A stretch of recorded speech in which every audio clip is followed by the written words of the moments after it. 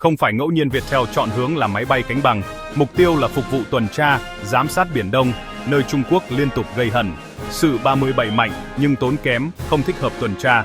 Còn máy bay tuần thám mới do Viettel phát triển có thể bay cả ngày, mang camera, radar trinh sát hiện đại.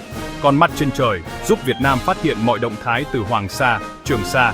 Những chiếc máy bay này sẽ giúp Việt Nam nhìn thấy trước, hành động trước, nắm thông tin trong tay. Khi có dữ liệu chính xác, giọng điệu ngoại giao của ta sẽ không còn quan ngại sâu sắc, mà là ta biết rõ các ngươi làm gì.